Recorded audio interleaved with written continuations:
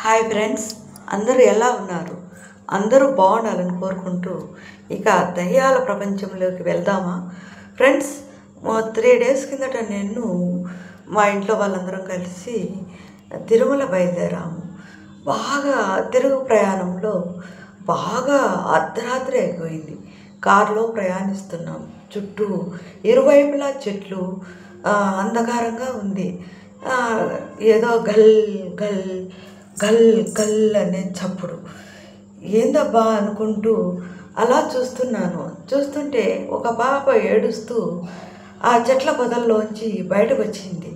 మా వాళ్ళతో అంటున్నాను, ఏంది ఈ పాప ఈ అడవిలో ఏం చేస్తుంది, ఇట్లా ఏడుస్తూ ఉంది అని అన్నాను. అన్నీ నీకే కనపడతాయి, ఊరుకో, ఇంకా ఏం చూడొద్దు, వెళ్ళిపోదాంపా అంటున్నారు మా వాళ్ళు. అనుకోకుండా వాళ్ళు కూడా చూస్తున్నారు. ఒక పాప మా కారుకు అడ్డంగా కనపడింది. ఏమో కారు ఆపాలా అనుకుంటున్నాను. డ్రైవర్కి చెప్పాను, కారు ఆపుతావా అన్నాను. వద్దు మేడం, ఈ టైంలో ఆపడం మంచిది కాదు, ఏమో మనకేం తెలుసు, వద్దు మేడం, వద్దు, ఊరుకుండండి అన్నాడు డ్రైవర్.